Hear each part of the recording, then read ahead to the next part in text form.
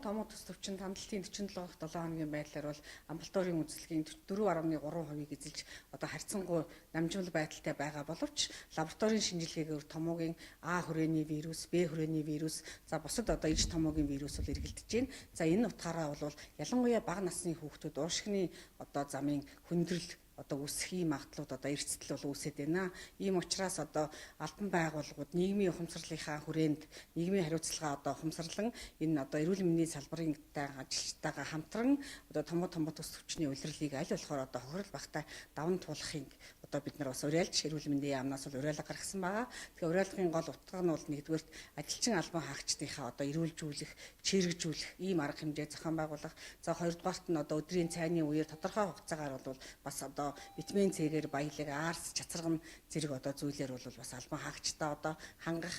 За ялангуяа одоо маскын одоо зөв хэрэглэх, ийм арга барил сургах, бас албан байгууллагын ажилчдыг бол одоо маск зөвлөх энэ одоо талаар бол хэвшүүлэх.